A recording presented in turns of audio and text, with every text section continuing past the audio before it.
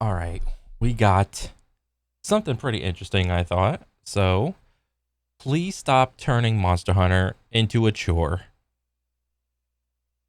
Okay, so I would say this person's name, but I don't know how to say it. It's IIXXION. I have no idea. I'm sorry, man. But okay, let me hear. Life. It's just the same thing over and over. You Mhm. wake up in the morning, you put your pants on, most of us anyway. You brush your teeth, most of us anyway. Oh jeez. You walk out the door, you drive to work, you Mhm. sit in traffic on the way, you turn on the boring radio and listen to it. Maybe you have No, nobody turns on the radio anymore. Well, I can't say that. I think most people have gravitated towards having some sort of YouTube thing or Spotify or Pandora on their phone. So everyone's listening to their own favorite music because let's face it, radio music sucks. Even on your favorite radio station, the songs haven't changed for like 30 years. They suck. a cup of coffee just to get you in the mood to continue living. And it's not even 9 a.m. You Mm-hmm. get to work, you do the same thing every day over and over. You come home, blah, blah, blah. Life is boring for most people. Now, if you are one of those few people with a job that you love so much that you are content and fulfilled and happy, congratulations. For the rest of us, it's drudgery. Yeah. Life is boring, and there's a reason why.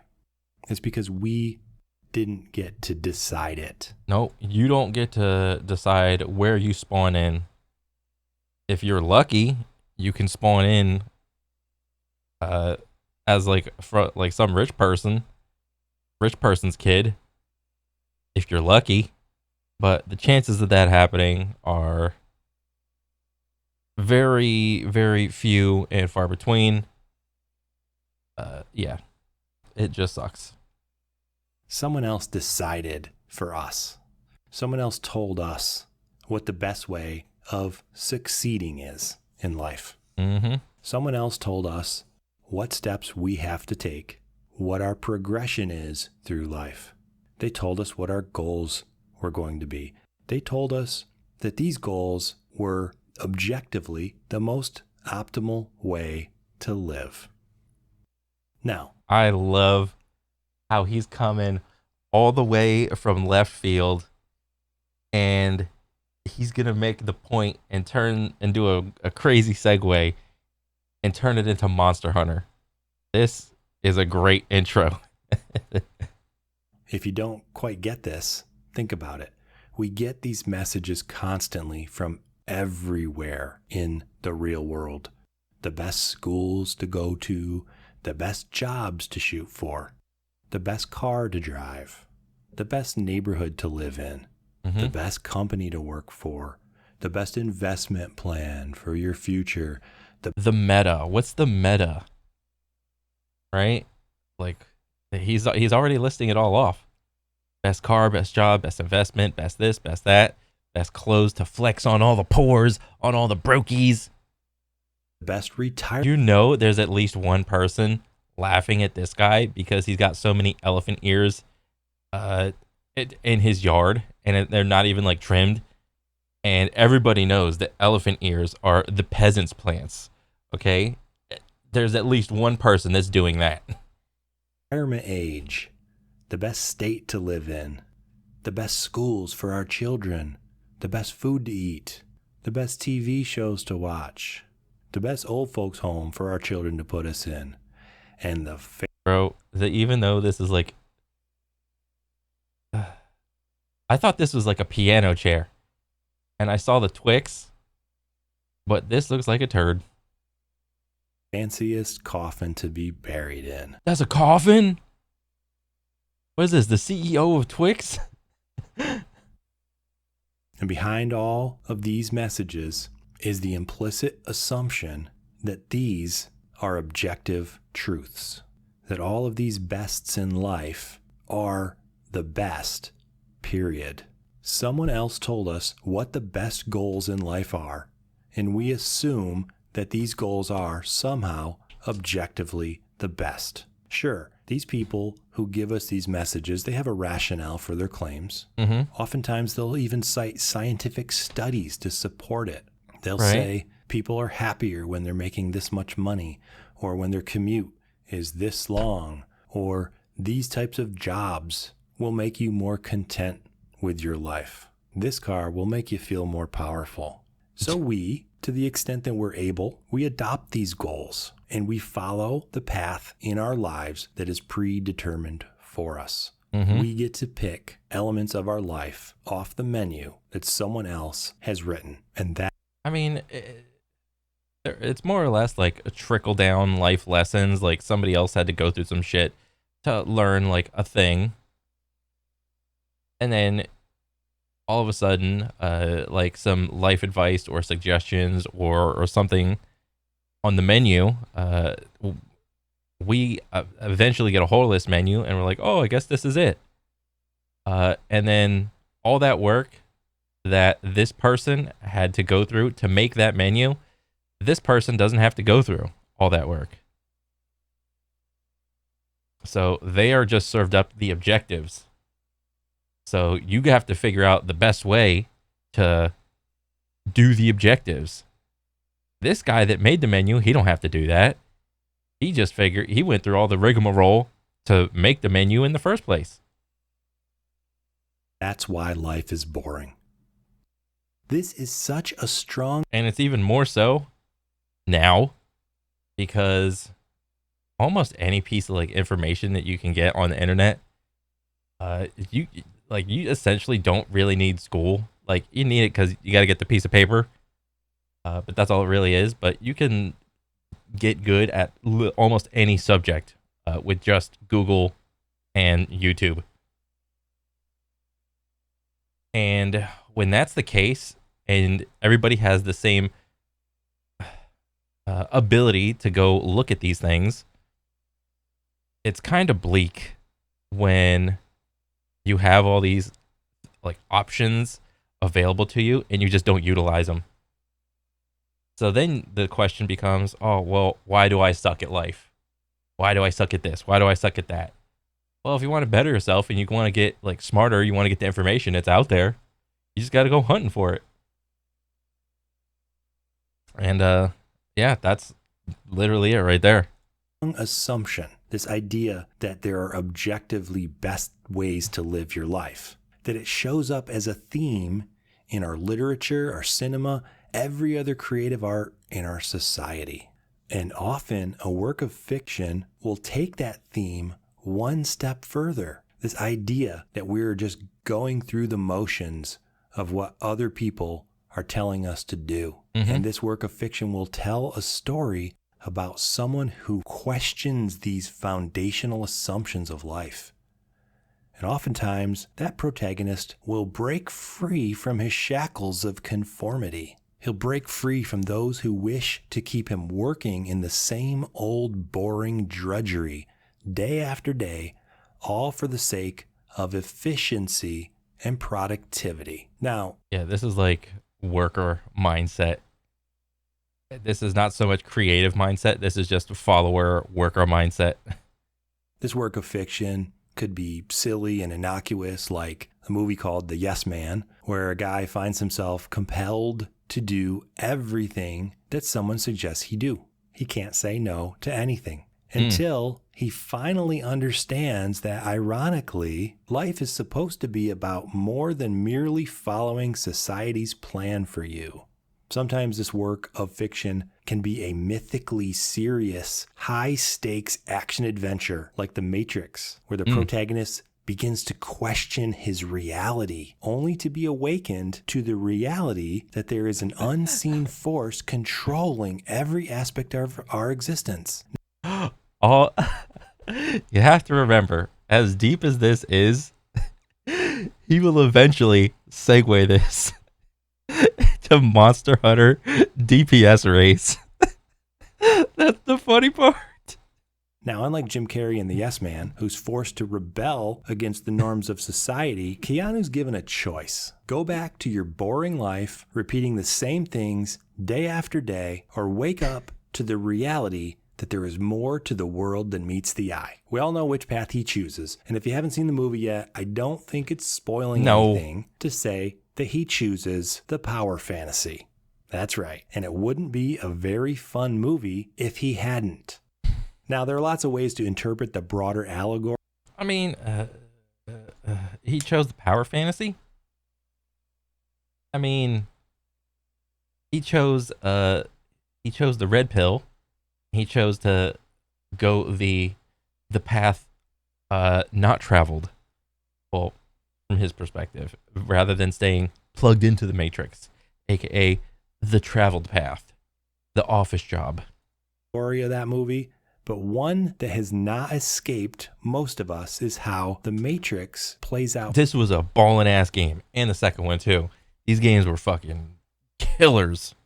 Very much like a video game. It could be that Neo is merely getting very immersed in the latest title he rented from GameFly, and the rest of the movie is his adventure through that game. Oh, that's After funny. all, how many of us do this very thing? We use video games as a way to unwind and escape from the drudgery of our daily grind in the real world. Video games allow us to have total control over our destiny, an option that, despite what all the motivational speakers tell us, just isn't available to the vast majority of us in the real world.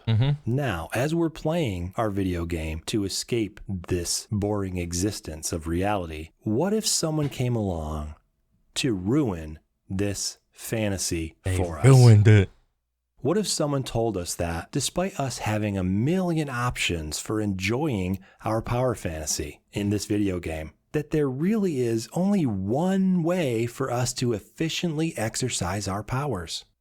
That there is an objective best way to engage with our very personal, subjective experience of a video game? That there's only one way of truly...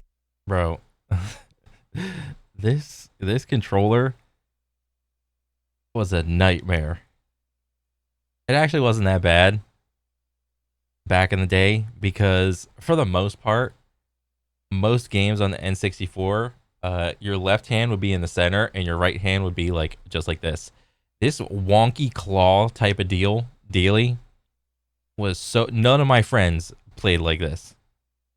Like most of the games on N64, you played left hand center, right hand on the right side. On the right dildo.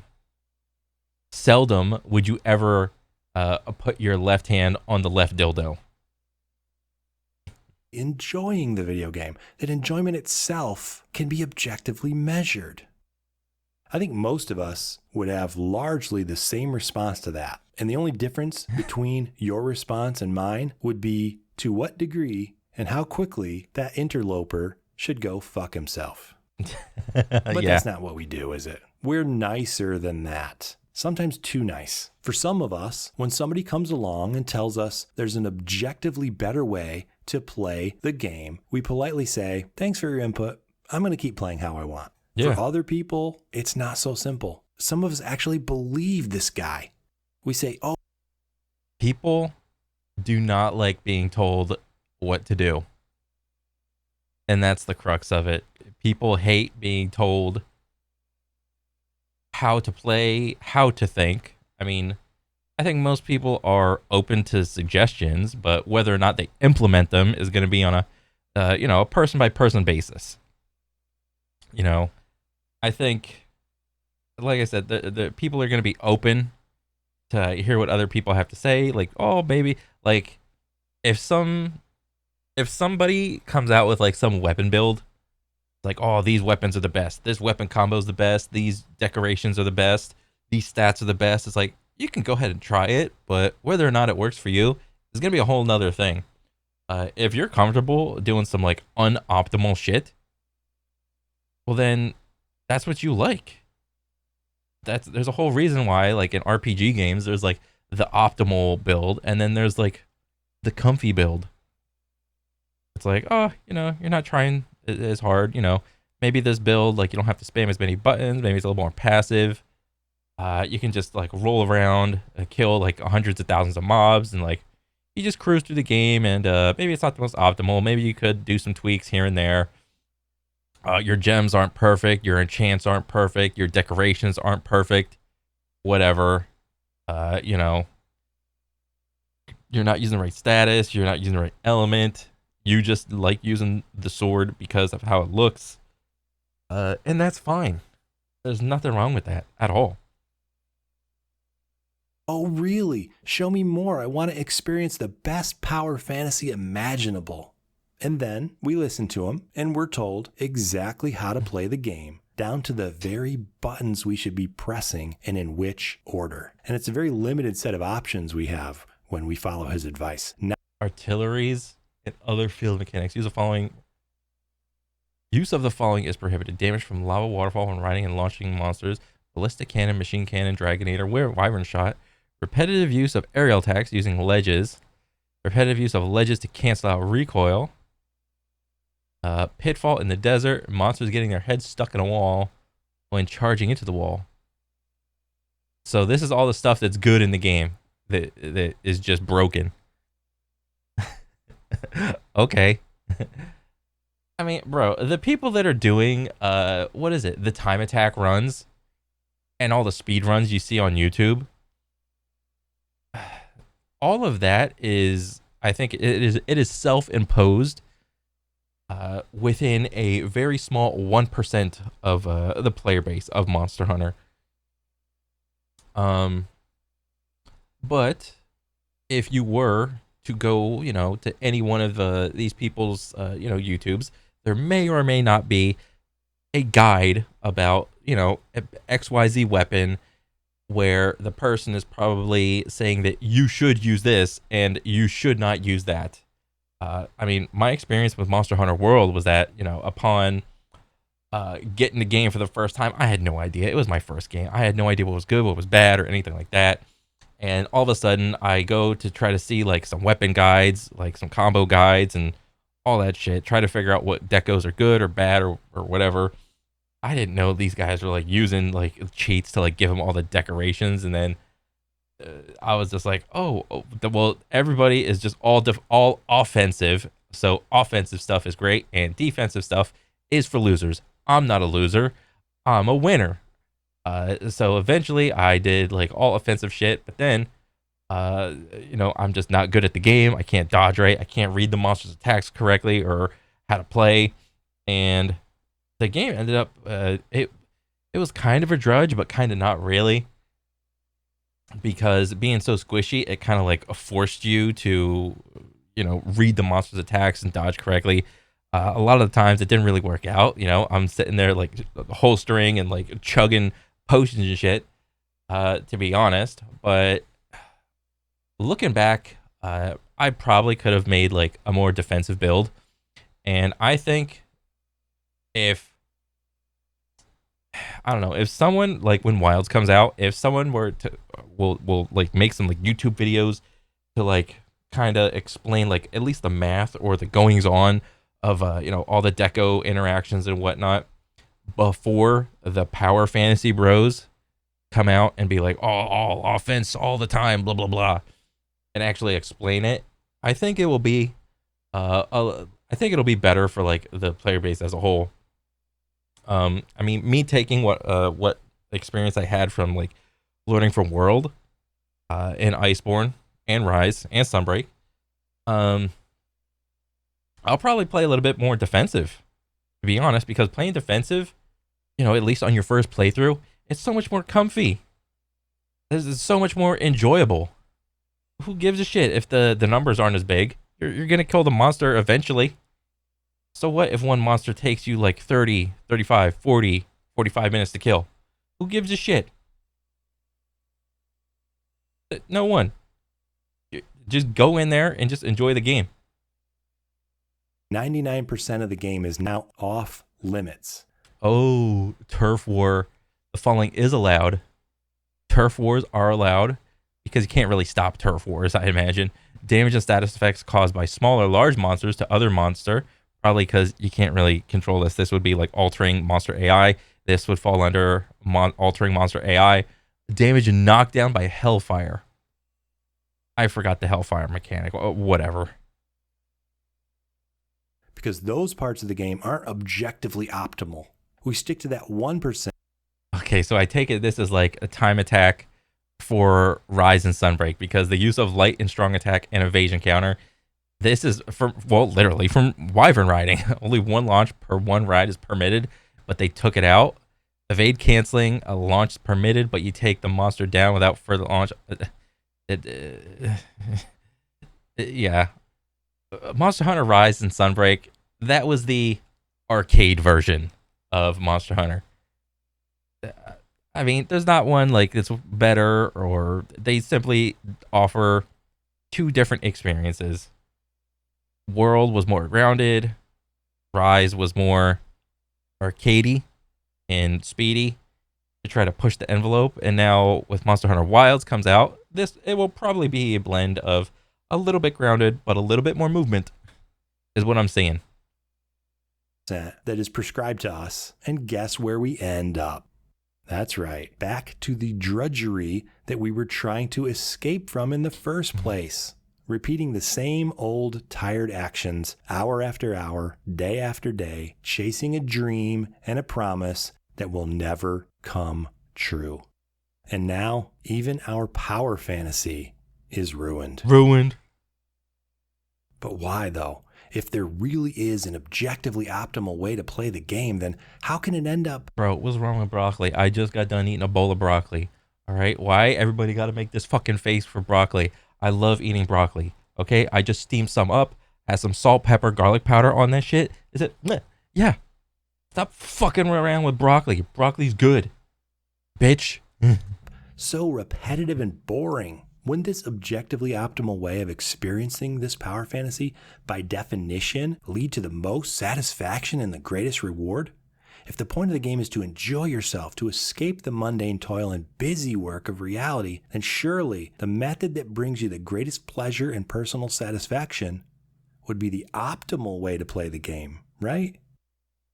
No, they say, it's not. There's only one way that you can objectively optimize this game, and it has Well, okay, let me read this. Skill level actually takes no part at all in calculation, since all the math tells you is which sets deals the most damage in average, while using a specific combo rotation that's supposed to be the best. Even a bad player that only hits the monster once per minute will still deal more damage when using said combo rotation than if they used a less optimized set. That's wrong. That's objectively wrong. In the end, those sets only require two skills. One, pressing the correct buttons in the correct sequence, dealing instead of mashing buttons randomly on your gamepad. And two, being able not to deplete your carts while landing your best combos repeatedly. Both of these can and generally will be learned by anyone, but just by playing the game without the need of any additional armored skills. Although these can help if you are currently making so many mistakes that you can't finish the quest. Oh boy. Literally nothing to do with your enjoyment and satisfaction. The way to optimize this game, we're told, is to pretend that we are perfect, that we can execute every possible action. Yeah, most people aren't perfect. Most people will probably suck at Monster Hunter. Most people will probably eat many attacks, coming from a mile away. And it's even more so in multiplayer. With precision and accuracy. In short, in order to optimize our power fantasy, we have to have a power fantasy about our power fantasy. We have to pretend to be a better player than we are. And then, once we've imagined this, we must play the game the way that we would if we were that good. But that's not all, is it? No, they also require us to work toward being that good. Work, practice, improve. Keep failing every day until you're good enough to succeed. Does that sound familiar to you? It should, because that's the message we hear every single day. Yeah. In our real lives. Keep plugging away until you have enough experience and until some external authority deems you fit to receive a reward for your hard work. A certificate, a degree, a raise, a promotion, a loan, a new house, a retirement package, a membership to the country club, a comfortable bed to die in, and a deep grave to be buried in.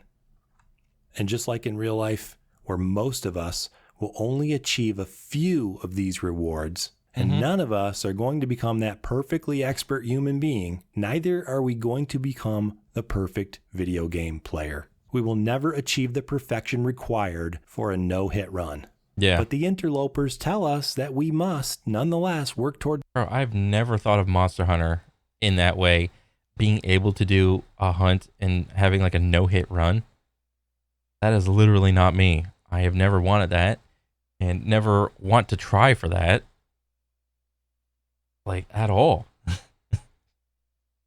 that ideal. If we want to play optimally, we don't, after all, have to work toward this perfection. They readily give us permission to be, in their eyes, mediocre, to be complacent, to be a meme, to be simply suboptimal. And this is our choice and our fault that we are less than, because they tell us anyone can do it with a bit of effort. If we don't, then it's because we're just not trying hard enough. If we work toward their unattainable ideal of perfection, we are consumed by disappointment when we fail. If we choose to play the game another way, we're branded inferior and lazy.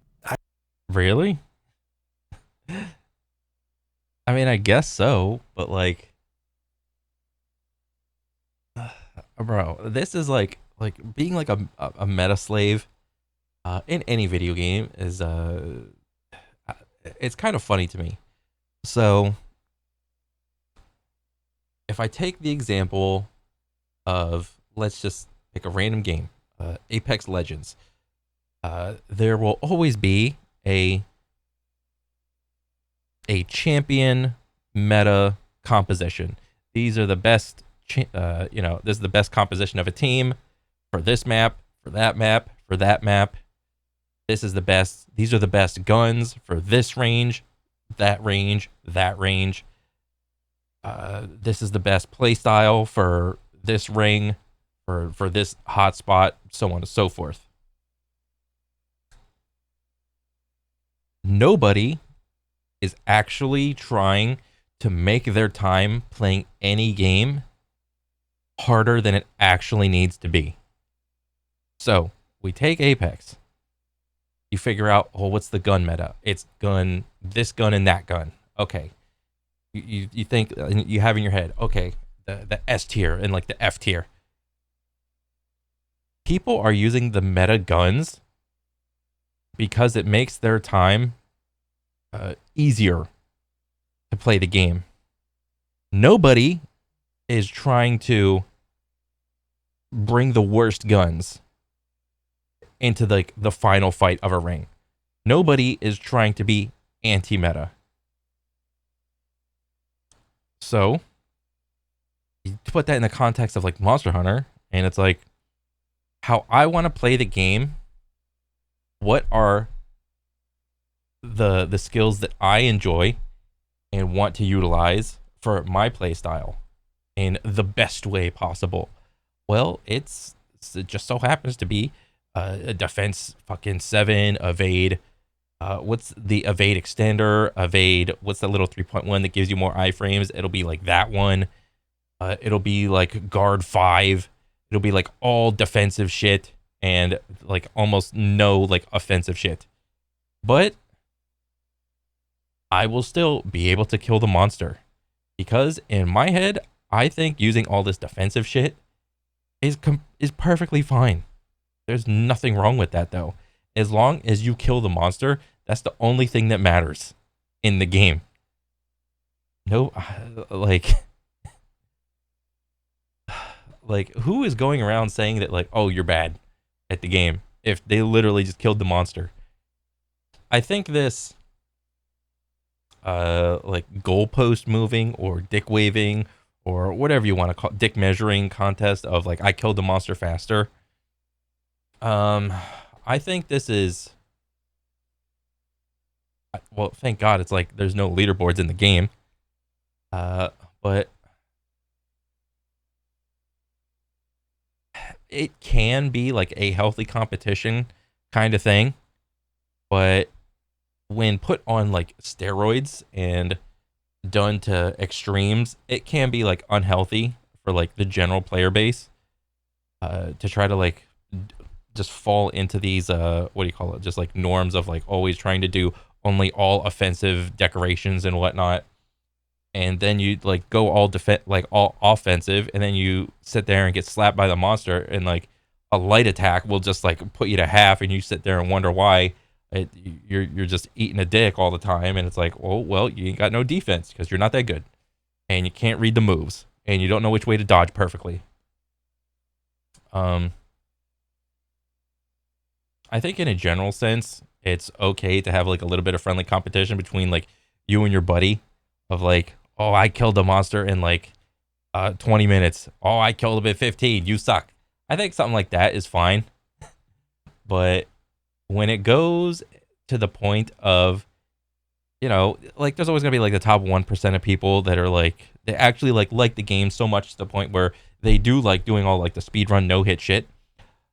But when you start to like shit on somebody else, like maybe like there's like a person that like likes the game and they're trying to like to get into the speed run, but they're like they fall into like that 70 80th percentile where they're pretty good, but everything isn't quite like squared up and lined up and whatnot. It's like, oh, you suck, blah blah blah, you can't read the shit, you can't dodge correctly, you can't attack correctly, and blah blah blah. I think it's that part that it gets where like some of the key interactions happen that put a sour in people's heads when it comes to like looking at like the tippy top like 1% and like what are they doing. They're no hitting everything, they got all offense skills and whatnot. So I think that's like something that you should just be like be aware of. Either way, to these people, we're all losers. Then we begin to question ourselves. We experience extreme cognitive dissonance between our desire to simply enjoy a video game and the idea that we aren't enjoying it properly. But also, you shouldn't care about what somebody else thinks about your skill in a game. Like, Monster Hunter is not the skill game. I mean, it can be to like some people, but for 99% of players, it's not. If you want to go play a skillful game, go play some shooting game. Go play a PvP game. Go play a fighting game. Go play a shooter. A game that is built for PvP. I mean, if you don't want to do that and compete for like speed runs, the speed clears and whatnot, I mean, there's nothing wrong with that either. But don't go like shit talking someone else that's like maybe that really likes the game and they're trying to get into it, but they're not that good and they don't know how, and it's like that little transitionary period. And so the power fantasy is ruined. The game is spoiled. We can't play it anymore without feeling like we're doing it wrong. So we move on to something else. We all took the red pill, and these people came along and forced us to eat the blue pill anyway. Now, what if I told you that you could crap that blue pill out like the bullshit that it is, and regain your sense of fantasy and escapism? That you could actually enjoy your video game again without feeling guilt or shame in the process.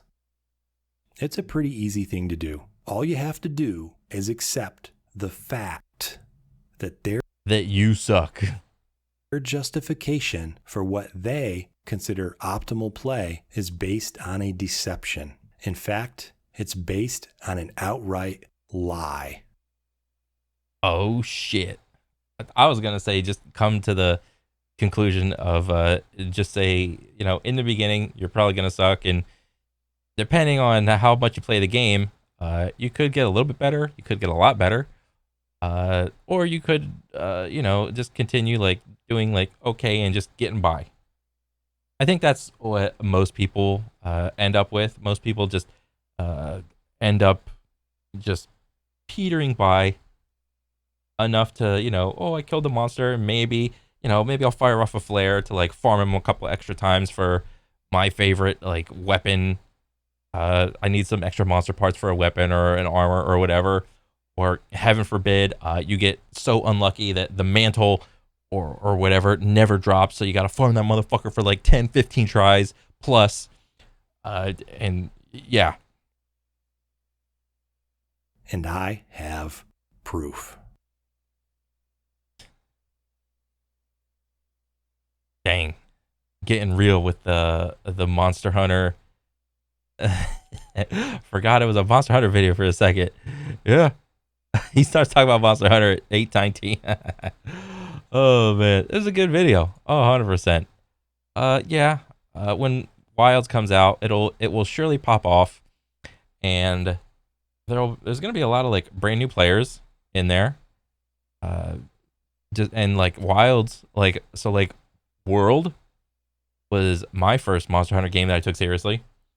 And in the beginning, I sucked, and I kind of know the game loop and whatnot. And then when Wilds comes out, surely that will attract even more new players than World, and I hope it does. And we'll just go through the cycle again. I predict, but I don't know. Maybe some of the content creators that are like making all these like guides and shit, maybe they'll take what they learned from World, and then maybe not make the meta so offensive based. I don't know. That's just my 2 cents. But overall, good video. I want to see some more about it. But yeah, that's pretty much it for me. I'll catch you guys on the next one. All right, later.